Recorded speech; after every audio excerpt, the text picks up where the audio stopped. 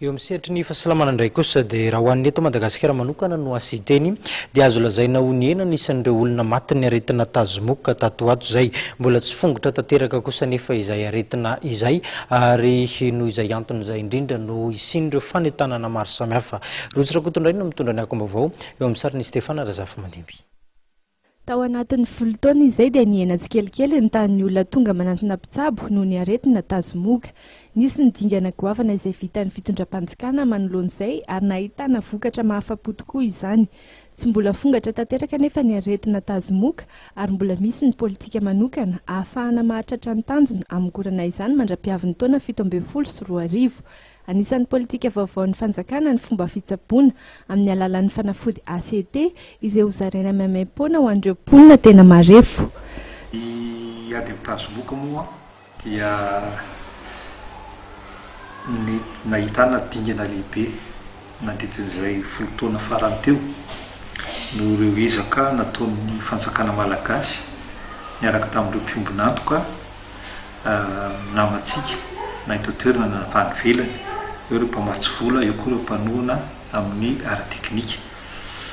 Raha jerena fotsiny ny vesatra ny tazomoka teny amin'ny tobim-pahasalamana dia nidina be izy io.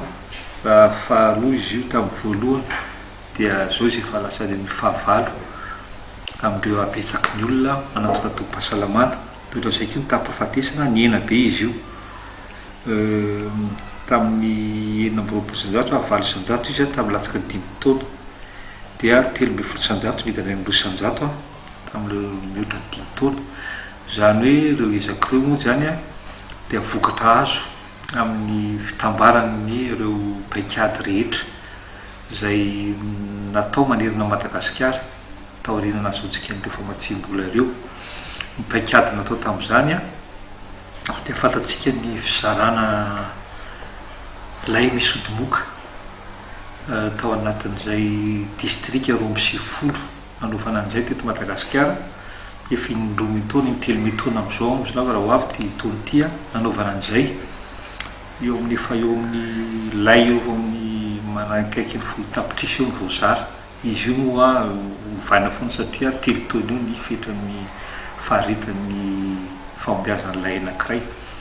Etian'ny fitansany amin'ny atsimo koa isa-taona dia misy le famendrahana le fanafody mamonomoka anaty tokantrano.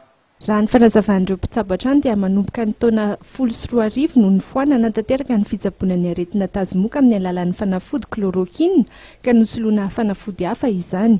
Efa misy ihany koa ankehitriny ny fampiofanana manokana ireo tompony andraikitra isam-pokotany hisoroana indrindra ny fahafatesan'ny zaza latsaky ny 5 taona vokatry ny aretina tazomoka.